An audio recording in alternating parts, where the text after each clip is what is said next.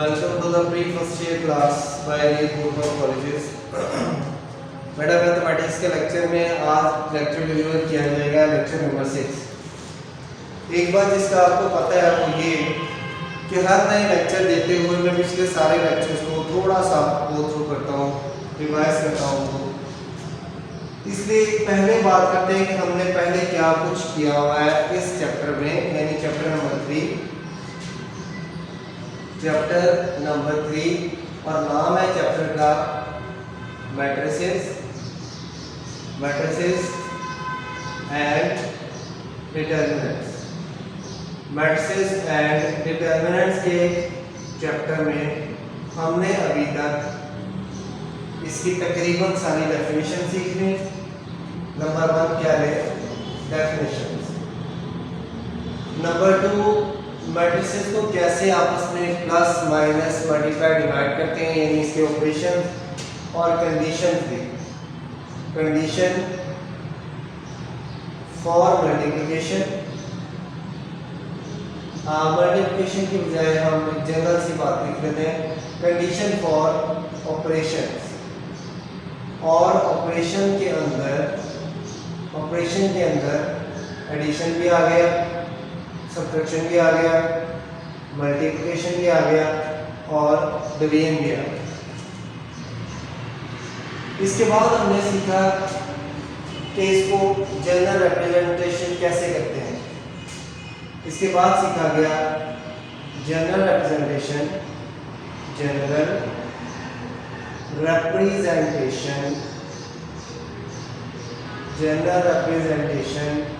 Of matrix.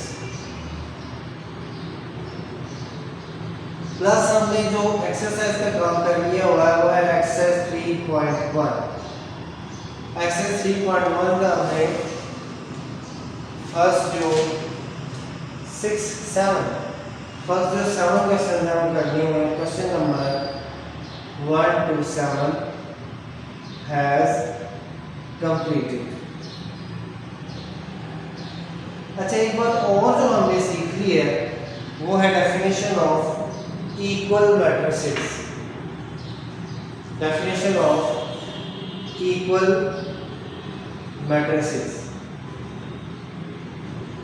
और कोई भी मैट्रिसेस इक्वल कब होंगे? जब वो दो कंडीशन होल्ड करेंगे। पहली कंडीशन ये कि इनका ऑर्डर सेम होना चाहिए, जितनी नंबर ऑफ रोज है, नंबर ऑफ कॉलम्स पहले ए के उतने ही होने चाहिए, नंबर ऑफ रोज और नंबर ऑफ कॉलम्स बी के। यानी अगर ए का ऑर्डर है 3/2 तो बी का ऑर्डर भी 3/2 होना चाहिए। और दूसरी कंडीशन ये है कि इनके एलिमेंट भी सेम हो, कॉरस्पॉन्डिंग एलिमेंट। पहली रो के दोनों के तीनों एलिमेंट्स दूसरे वाले मैट्रिक्स के पहली रो के तीनों एलिमेंट्स के इक्वल होना चाहिए। दूसरी रो के तीनों एलिमेंट्स दूसरे मैट्रिक्स के तीनों एलिमेंट्स के इक्वल होना चाहिए। यानी एलिमेंट्स भी सेम हो और ऑर्डर भी सेम हो तो होता है इक्वल मैट्रिसेस। अच्छा, अब इसी बेस पे अगला क्वेश्चन हम सीखेंगे और ये क्वेश्चन दो तरह के सेम क्वेश्चन है, क्वेश्चन नंबर 8 एंड 9। और अक्सर ये शॉर्ट क्वेश्चन में रिपीट होते हैं। क्वेश्चन नंबर 8 एंड 9 को ऐसे कर देते हैं। से 9 इज कहता है a is equal to 1 - 1 ab 1 - 1 ab और a स्क्वायर, इसी में a स्क्वायर भी दिया हुआ है। a स्क्वायर है 1 0 0 1 1 0 0 1। Find a and b। a और b हमने फाइंड किया। अच्छा बेटा, a में है दोनों अननोन एलिमेंट्स स्मॉल a और स्मॉल b और a स्क्वायर हमें गिवन। हम जानते हैं कि a स्क्वायर किसके इक्वल है? a multiply by a। अब ये a स्क्वायर हमें गिवन है यहाँ पे 1 0 0 1 इज इक्वल टू a यहाँ पे गिवन है 1 - 1 a b और एक बार फिर a आया हुआ, इसे दोबारा लिख लेते हैं 1 - 1 a b बी। ठीक होगी बात। अब इन दोनों को हमें मल्टीप्लाई करना है, मल्टीप्लाई करके इसके इक्वल करने के दरमियान में है इक्वालिटी का sign, these are the equal matrices. Left side पे फिलहाल ऐसी ही रहेगी, इज इक्वल। तो जो रखनी मेरी बात पे, फर्स्ट रो फर्स्ट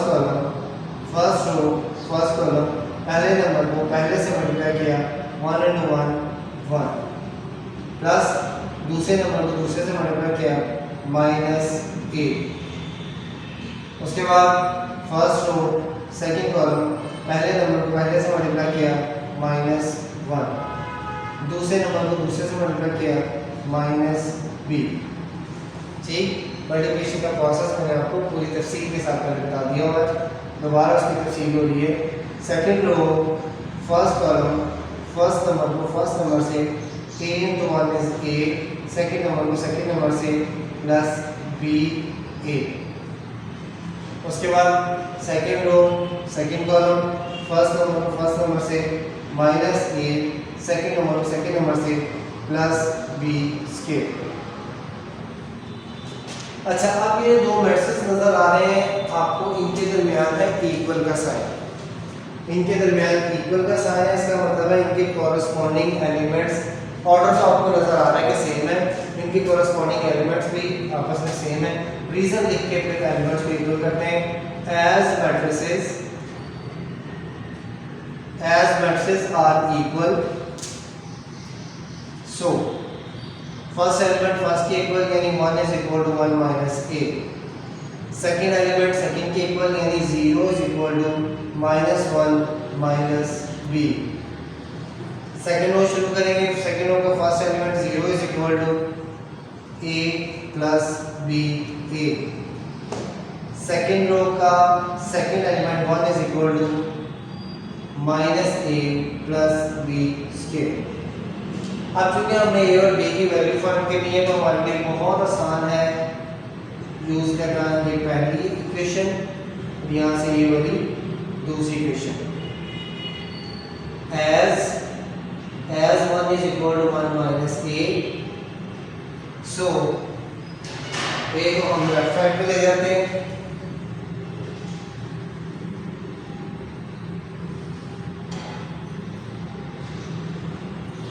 a को हम लेफ्ट साइड पे ले जाते हैं और 1 को राइट साइड पे ले जाते हैं। a will be equal to तो जाके पॉजिटिव हो गया, 1 जाके माइनस हो गया, 1 minus 1 यानी a is equal to 0। और दूसरा also the second equation 0 is equal to -1 minus b को उधर ले जाते हैं, b is equal to -1। इसका मतलब ये है a है 0 और b है -1। ठीक बात होगी। अच्छा बेटा, नेक्स्ट क्वेश्चन से पहले छोटी सी बात आपको बताना मकसूद है, छोटी सी डेफिनेशन, बड़ी आसान सी बड़ी अच्छी सी डेफिनेशन है। Transpose,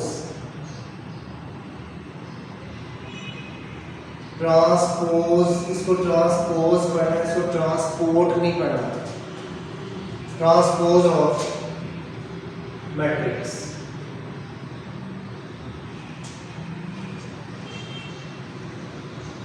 transpose of matrix. अगर A हमारे पास एक मैट्रिक्स है, उसमें हम ऐसा करते हैं उसकी रोज सारी उसकी कॉलम्स बना देते हैं। ठीक, लेट A डेफिनेशन लिखते हैं, फिर इसकी एक्सप्लेनेशन दी जाएगी। Let A is a matrix if all the elements of rows and columns are interchanged, आपस में बदल दिए जाते हैं, are interchanged, then new matrix is called transpose transpose of A and written as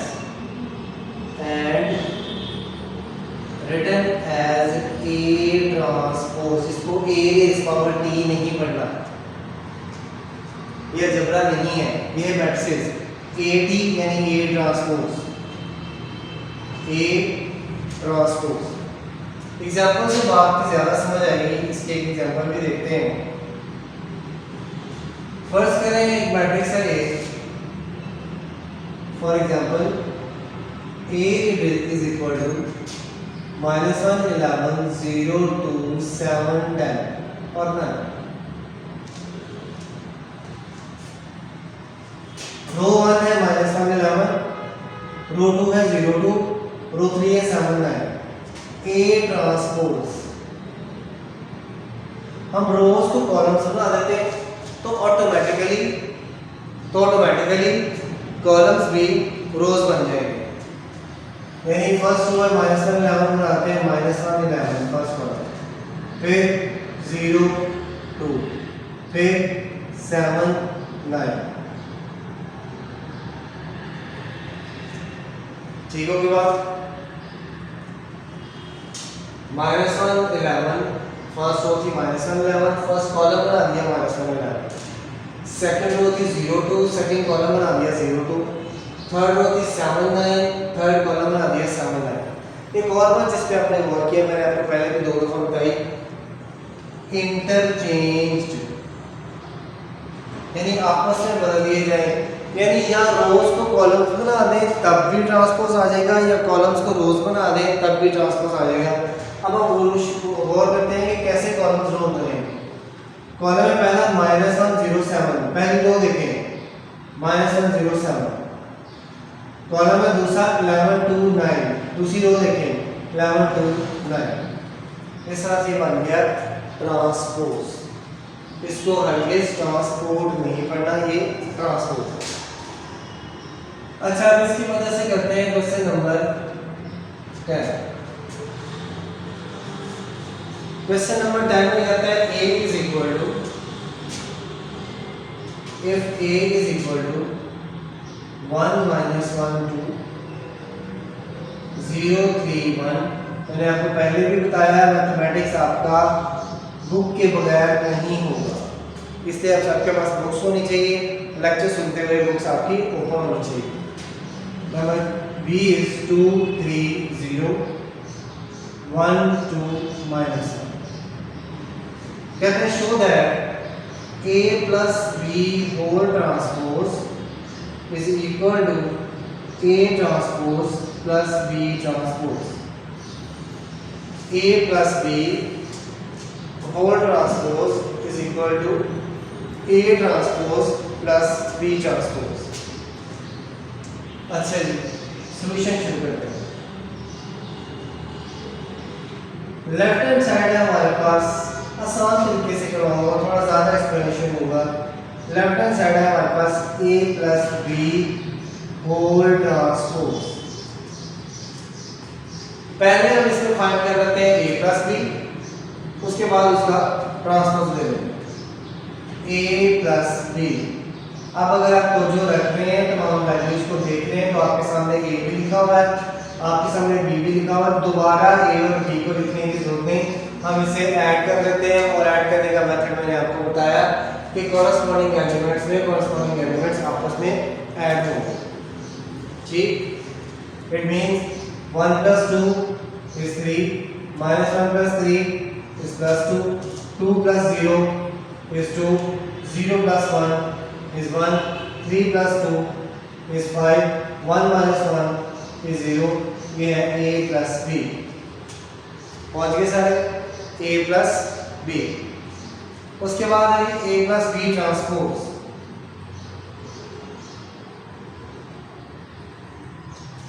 first row है 3 2 2, पहले बता देते हैं इसको फर्स्ट कॉलम 3 2 2। सेकंड रो है 1 5 0, उसको बनाते हैं सेकंड कॉलम 1 5 0। ठीक बात होगी, ये आ गया a प्लस b ट्रांसपोज। तो दिस इज इक्वेशन नंबर 1। अच्छा जनाब, शुरू करते हैं right hand side. Right hand side है A transpose plus B transpose.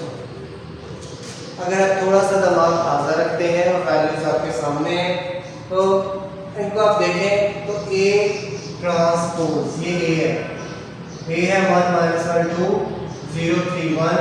A transpose will be equal to 1 minus 1 2 को बना देते हैं फर्स्ट कॉलम 1 माइनस 1 2 और दूसरा क्या 0 3 1 सेकंड कॉलम 0 3 1 प्लस बी आपको नजर आ रहा है 2 3 0 इसको बना देते हैं फर्स्ट कॉलम 2 3 0 1 2 माइनस 1 1 2 माइनस 1। अब इन्हें करना है हमने प्लस, इन्हें करना है आपस में प्लस। तो प्लस कैसे होंगे? कॉरस्पॉन्डिंग एलिमेंट्स आपस में प्लस होंगे, कॉरस्पॉन्डिंग एलिमेंट्स आपस में प्लस होंगे। इस तरह से लेक्चर के पोर्शन करने का मतलब ये है कि आपको लेक्चर एक ही वक्त में सारा नजर आता रहे, तो जो प्रीवियस नॉलेज आपको या प्रीवियस से कोई चीज़ जरूरी हो वो भी आपको नजर आए, आपके सामने रहे। Right hand side is equal to 1 plus 2 3 0 plus 1 1 minus 1 plus 3 2 3 plus 2 5 2 plus 0 2 1 minus 1 0। ठीक, it means right hand side is 3 1, left hand side is 3 1 2 5 2 5 2 0 2 0। Question number 1, question number 2 लिख देते हैं from 1 and 2 left hand side is equal to right hand side. ठीक बात होगी। अच्छा, अब है एक छोटी सी असाइनमेंट आपके लिए, आपने सब तवज्जो रखनी है असाइनमेंट पे। थोड़ा सा समझा देता हूँ आपको, हिंट दे देता हूँ, करना आपने खुद है। Question number 11 is same as question number 11 आपने लफ्ज पर लफ्ज करना है क्वेश्चन नंबर 2 की तरह। सेम एज क्वेश्चन नंबर 2 हमने फाइंड करना है ए क्यू और हमारे पास ए गिवन है। ए इज 1 1 3 5 2 6 -2 -1 -3। ठीक, हमने फाइंड करना है ए क्यूब। इसका मतलब ये हुआ कि ए क्यूब फाइंड करने के लिए हमें मल्टीप्लाई करना होगा ए को ए से और फिर ए से। ठीक, तो हम ऐसा करते हैं, इसके दो हिस्से कर लेते हैं इस तरह से a मल्टीप्लाई बाय a। पहले हम फाइंड करेंगे a मल्टीप्लाई बाय a। ठीक, इसका जो आंसर आएगा उसे इसमें पुट करेंगे और फाइंड करेंगे a क्यूब। कैसे? a मल्टीप्लाई बाय a के आंसर को फिर a से मल्टीप्लाई करके। ये आपको मैंने एक मैथडोलॉजी बताई है थोड़ी सी, ये हिंट है इसका। हल इसको आपने खुद ही करना है और मल्टीप्लाई करने का मेथड एक बार फिर रिवाइज करता हूँ आपके लिए कि आपने इसको फर्स्ट रो को पहले फर्स्ट कॉलम से मल्टीप्लाई करना है, फिर फर्स्ट रो को सेकंड कॉलम से मल्टीप्लाई करना है और फर्स्ट रो में लिखना है। उसके बाद सेकंड रो को फर्स्ट कॉलम से मल्टीप्लाई करना है, फिर सेकंड रो को सेकंड कॉलम से मल्टीप्लाई करना है और सेकंड रो में लिखना है। ठीक होगी बात? इस तरह से आपके लिए आज की छोटी सी जो असाइनमेंट है वो है क्वेश्चन नंबर 11। आज के लेक्चर को थोड़ा सा रिवाइज कर लेते हैं। सबसे पहली बात ये कि मैंने अभी तक आपको डेफिनेशन सिखा दी, कंडीशन फॉर ऑपरेशन सिखा दी और ऑपरेशन में एडिशन, सब्ट्रैक्शन, मल्टीप्लिकेशन और डिवीजन डिवीजन के बारे में मैंने आपको बताया था कि डिवीजन मैट्रिक्स के अंदर उसका है अल्टरनेटिव ए इनवर्स, जिसका फॉर्मूला बनाया गया है adjoint of A over A determinant. Next exercise के अंदर हम इसे डिस्कस करेंगे, समझेंगे, सीखेंगे और फिर कैसे हल करेंगे। आज मैंने आपको क्वेश्चन शुरू किए वो क्वेश्चन नंबर 8 और 9 था। क्वेश्चन नंबर 9 आपके सामने लिखा गया a और a स्क्वायर और हमने दो अननोन वैल्यूज फाइंड करनी है a b। अच्छा हम क्वेश्चन नंबर 8 पर टॉप पे बुक्स पे देखें। क्वेश्चन नंबर 8 है if a is equal to 1 to ab and a square is 0 0 0 and 0 यानी नल मैट्रिक्स दिया हुआ है। Find the values of a and b। Find the values of a and b। बिल्कुल इसी तरह से बिल्कुल ऐसे ही आपने लिखना है square is equal to a by a। a की वैल्यू यहाँ पे लगानी है, दोनों a की वैल्यू यहाँ लगाएं, इन दोनों को आपस में मल्टीप्लाई करें और कंपेयर करें रीजन लिखने के बाद। क्वेश्चन को ऐसे हल करें जैसे आप बातें कर रहे हैं मैथमेटिक्स के साथ, तो फिर आपके लिए मसला नहीं होगा। ठीक, बातें हम कर रहे हैं आपस में लेकिन जुबान यूज कर रहे हैं मैथ की, mathematics. As the matrices are equal, क्योंकि मैट्रिसेस इक्वल है इसलिए पहला नंबर पहले के इक्वल है, दूसरा दूसरे के इक्वल है, तीसरा तीसरे के इक्वल है और चौथा चौथे के इक्वल है। ठीक, अच्छा जी, इसको इसी तरह से कंपेयर करके हमने a और b फाइंड कर लिया। उसके बाद ट्रांसपोज ऑफ मैट्रिक्स की जरूरत पड़नी है हमें नेक्स्ट क्वेश्चन के अंदर। ट्रांसपोज क्या है? अगर हम किसी भी मैट्रिक्स के रोज को कॉलम बना दें या हम कॉलम्स को रोज बना दें तो दोनों सूरतों में जो नया मैट्रिक्स आएगा उसका नाम है ट्रांसपोज ऑफ मैट्रिक्स। ठीक, ट्रांसपोज से हमने एक क्वेश्चन सारा हल किया आपके सामने। उसके बाद मैंने आपको बताया क्वेश्चन नंबर 11 का हिंट। 11 करवाया क्यों नहीं है? क्योंकि 11 में मल्टीप्लिकेशन यूज होती है, 11 में मल्टीप्लिकेशन यूज होती है और मल्टीप्लिकेशन का मेथड मैंने आपको 3-4 दफा पहले करवा दिया। आपने इसे हल करना है, अगर ना समझ आए अपने कमेंट में मुझे बताना है, फिर मैं इसको दोबारा जो आपके लिए हल करूँगा। ठीक हो गई? आज का लेक्चर आपको यहाँ तक था। अल्लाह ताला आपका हमें नासिर हो। अल्लाह हाफ़िज़।